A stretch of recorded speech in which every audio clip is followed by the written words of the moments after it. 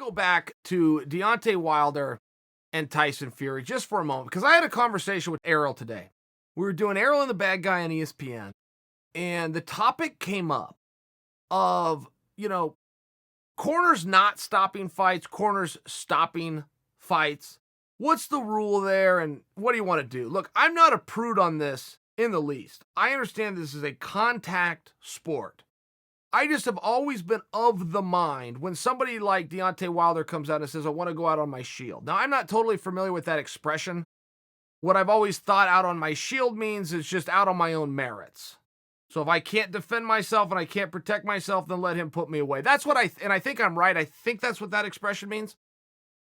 But I do come from you from the perspective that a corner's job, and this isn't just a job of the corner, protect your fighter at all times. It's the first job. It's not one of the rules. It is the first rule. Protect your corner at all times. Protect your athlete at all times.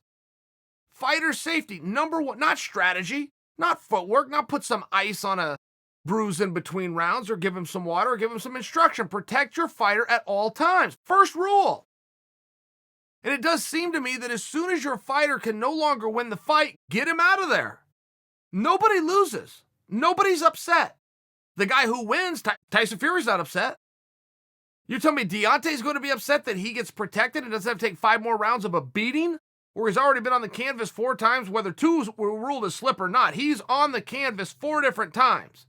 He's not getting off. He's got blood coming out of his ears. Things have gone from bad to worse.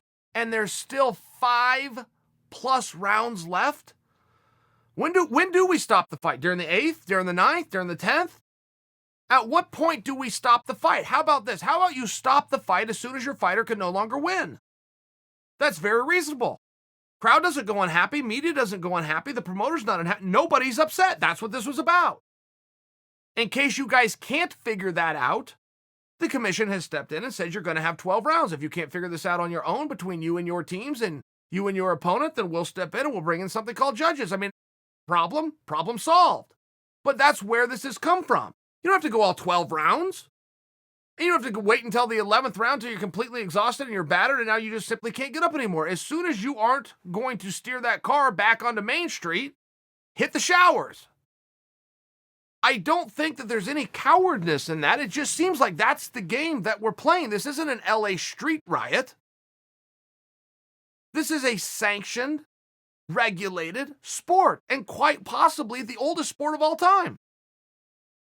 Wrestling always takes the claim for the world's oldest sport, but it's either wrestling or boxing, nobody knows.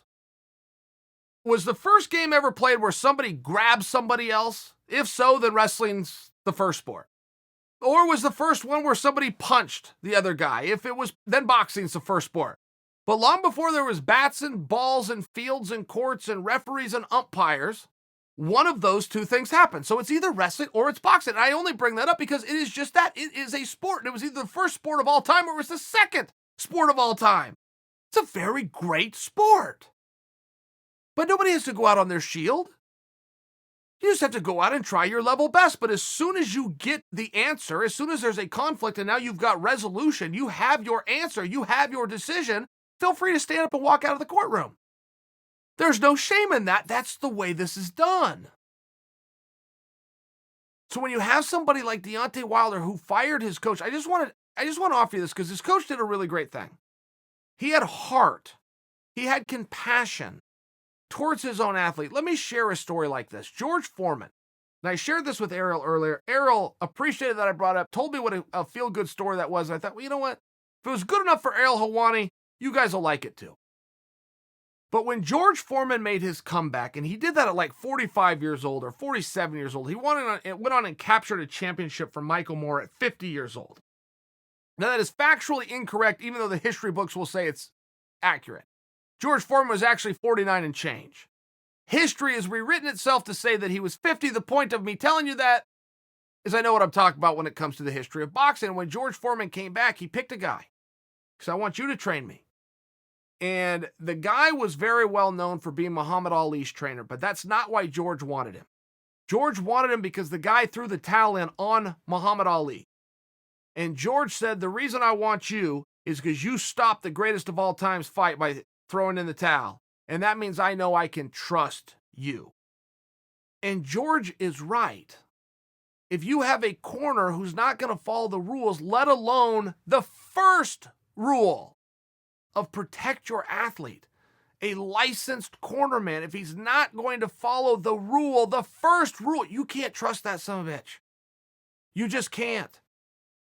I wish Deontay had not fired that guy. I wish Deontay had promoted that guy or slipped him a little bonus on the back end. On a human level, that would have been the right thing to do. I'm not going to question Wilder. He's a great fighter, a great athlete, a great champion.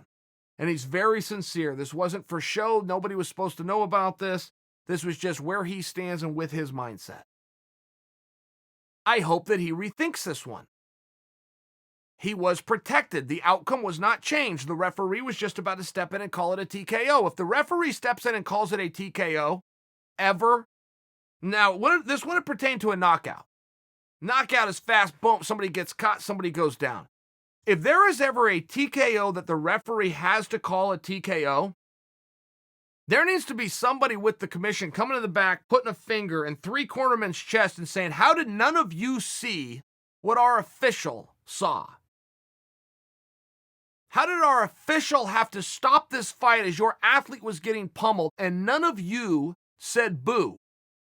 Did none of you have a problem with that position? Did none of you have a problem with the unanswered punches, with the turning of the back, with the ground and pound from a mount, if you want to use an MMA term?